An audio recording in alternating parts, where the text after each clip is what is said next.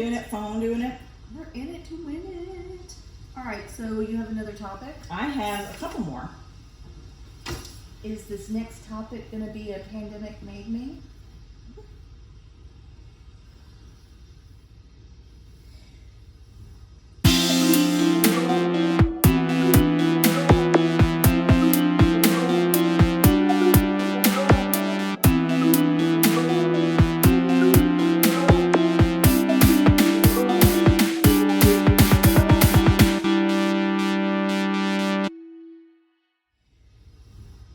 Welcome back to Smart Mouth Life, and today, part 3 of, ready, say it with me, The pandemic made me. Okay.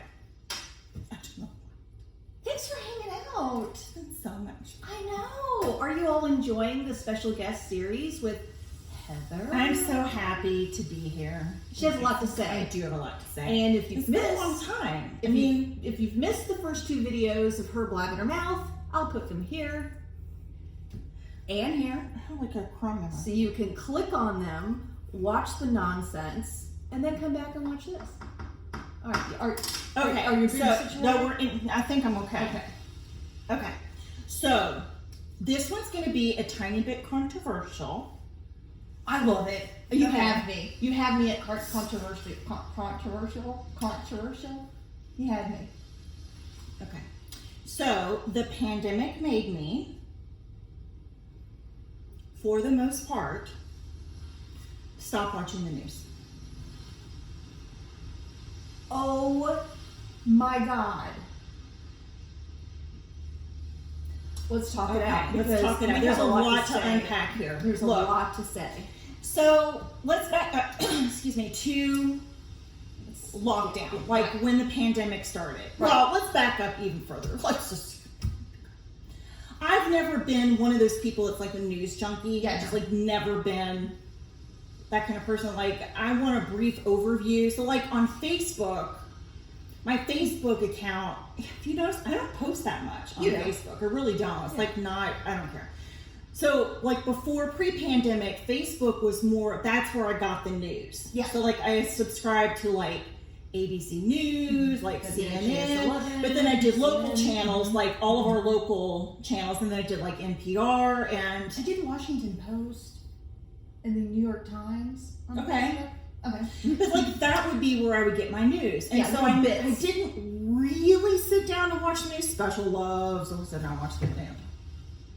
My God, Don G, like he can. Well, you know how he is about local anchors. So anyway, so, but I could flip through my feed. My point is, I could flip through the feed and basically have a general overview of what was happening locally, nationally, like little blips. internationally. Yeah. And if there's anything I wanted to read about, then I could, and fine. Some people find that irresponsible. But we'll talk more about that in a minute. But that's just where I was. That's just where I was, okay? So fast forward to the pandemic and the lockdown. So I think we've said before that I live in southern Indiana, but most of my family is in Louisville, and I work in Louisville, and Special works in Kentucky. And so I didn't listen to one word that the governor of Indiana said. Your governor, yes, we did talk about that. Yeah, because I didn't care. So because I spend most of my waking life in Kentucky, so I followed Governor Beshear. So, you know, I watched so much Governor Beshear that I developed a little crush. Oh my God, he's so cute.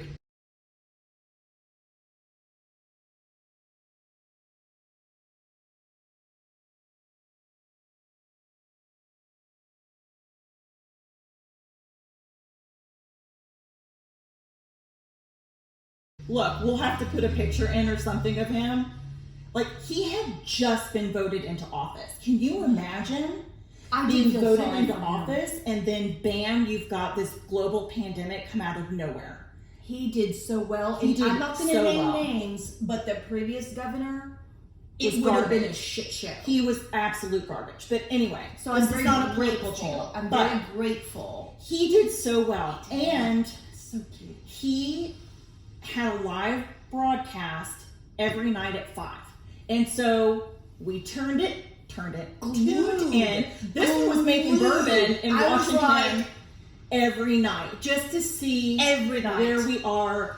Well, he had my whole life in his hands. He's the one that shut down the hair salon. He's the one that can reopen it. So I'm like hanging on to every word he said. And he did such a good job. So we watched it.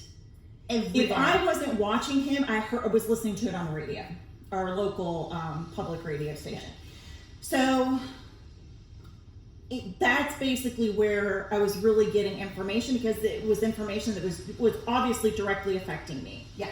And family and people here and all the things. Okay, fine. So, of course, I was watching the local news and national news, and was watching some news, but I'm telling you, it got real dark and it got real heavy really quickly, and it was really frightening for a while. Because, you know, at the beginning it was like, oh, okay, so we're at home and we're like a lockdown, and this is gonna take a couple weeks, but it didn't. And, you know, you turn on the news and there was so much death and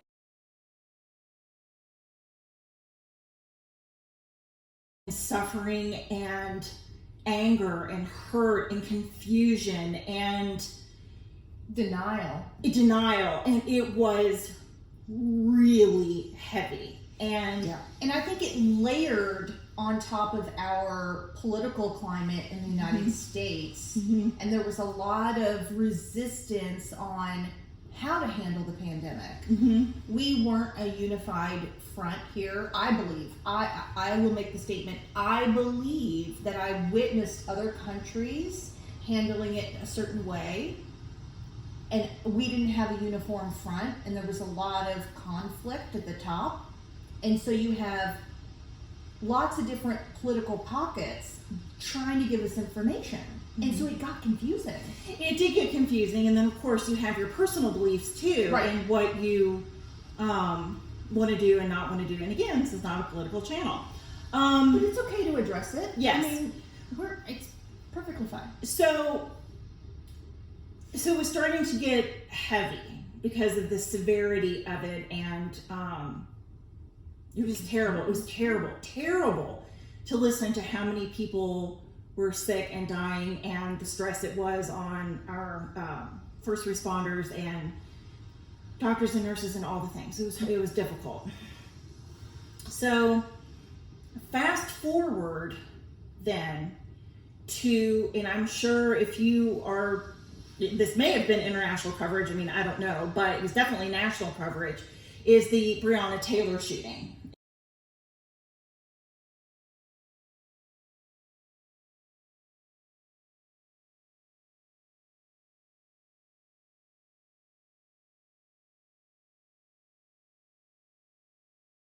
Killing that happened in Louisville. And I'm sure that I know that it made national news, that it was a police officer, it was a home invasion, she was shot and killed. It was terrible. What happened after that, it just got worse and worse and worse and worse and worse. And the rioting that went on in downtown Louisville. I work in downtown Louisville. And the rioting and the turning on the TV, looking at Facebook and watching fires being set, destruction, buildings being broken into, restaurants being broken into, everything was boarded up. It was a disaster, and it went on for months. And it's not that I didn't think it was important to know this information. Of course it was important to know this information, to follow it along as best I could. But it was so heavy and got so dark here so quickly. I was never afraid to go to work.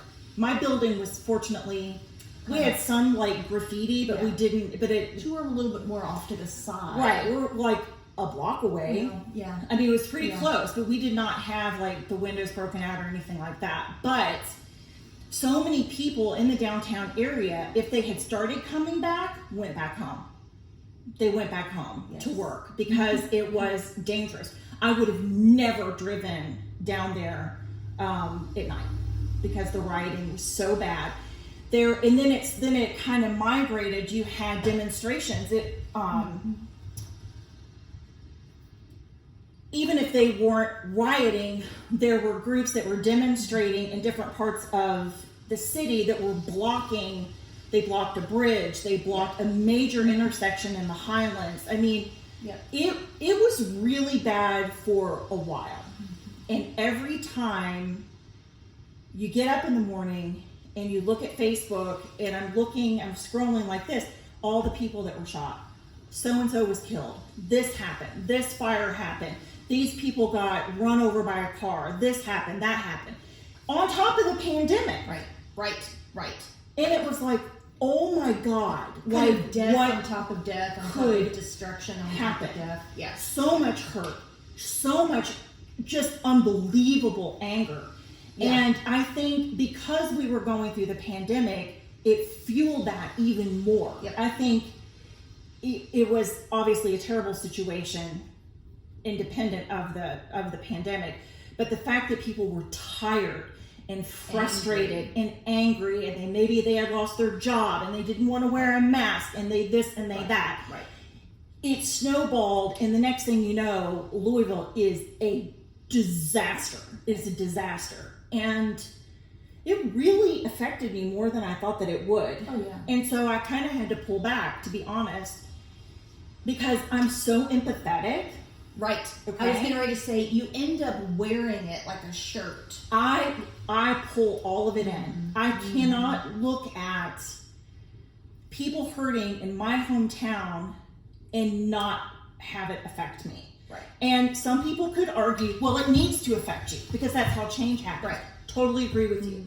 But for someone like me, who is so sensitive, who suffers from depression and anxiety, and there were so many things that we're unsure of, it's too much. Right. It was too much It's for me. not like you can watch that news clip and then go into the kitchen and happily prepare, Your meatloaf. meatloaf and a pie. You watch that and you have to go sit down and you're just kind of stunned, and then you feel, I don't know how you feel, kind of paralyzed because you want to do something. The whole city felt like it needed to do something. And I felt so much that I wanted to do something, but then I also had safety in mind. So it's like, I'd love to be down there, but I kind of just want to be safe at home, so it's like I had this push-pull emotion,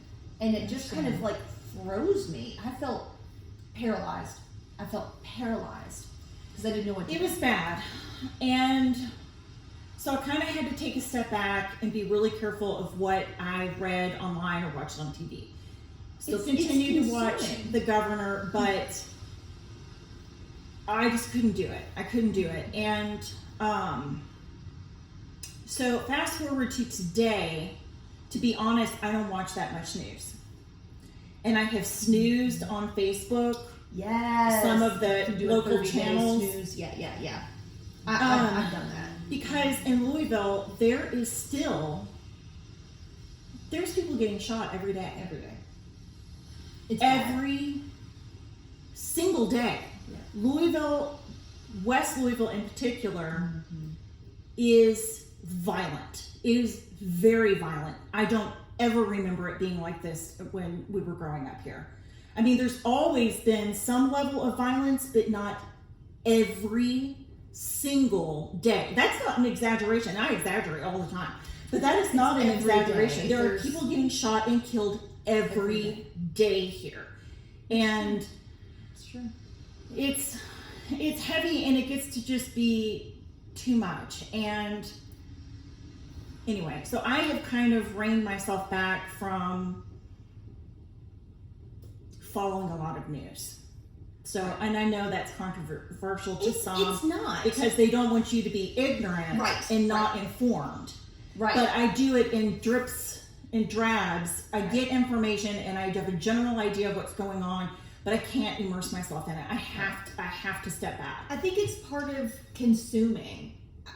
When I use the word consume, you think, oh, what did I eat today? But mental consumption is also part of the makeup of your body. Just like food is the makeup of your body. So if you eat a banana, that becomes part of your body. If you consume this violent natured news, that becomes part of your mind.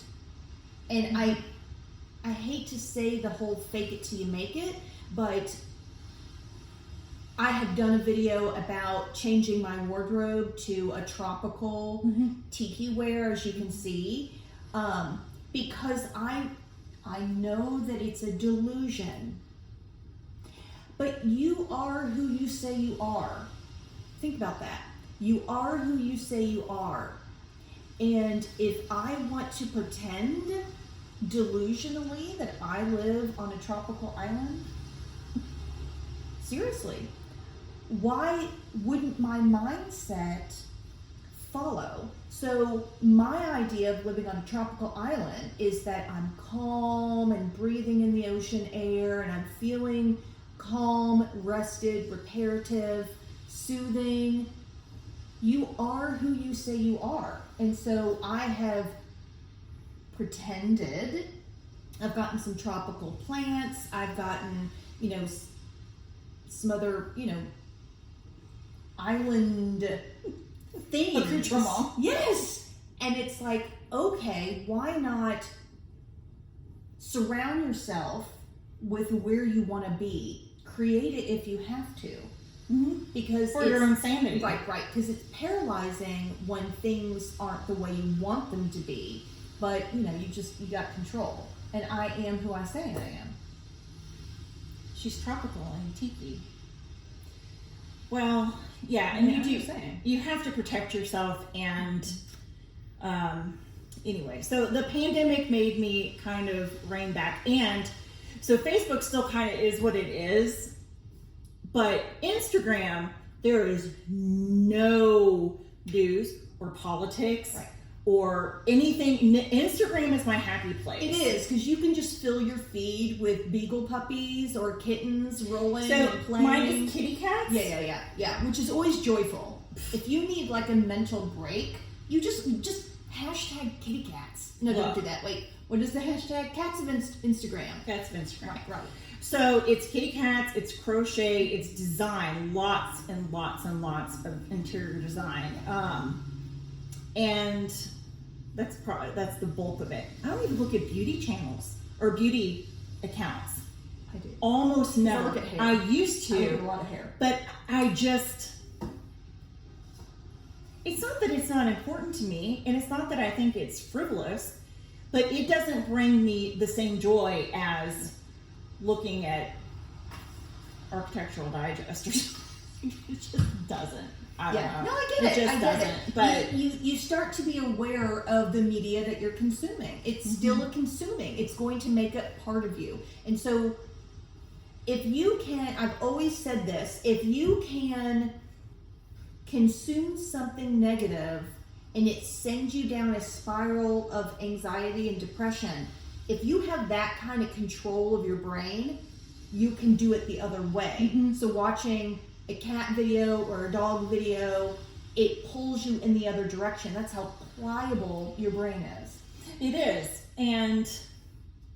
But we have to make a choice to do that. You do. You have to proactively do that. And I have almost gotten to the point, this is a whole other topic, that I am so overstimulated that I can't stop. My mind is racing because we're being fed so much information. I can't believe it. But that is another topic for another day, for another video. There's a lot to unpack. And one last thing to say though. So I love, and I have snoozed things on Facebook. However, Facebook comes to me and sits in my chair, and I can't snooze them. Nope. So everyone, it's the OG Facebook. Everyone wants to come to my salon and vent about today's news.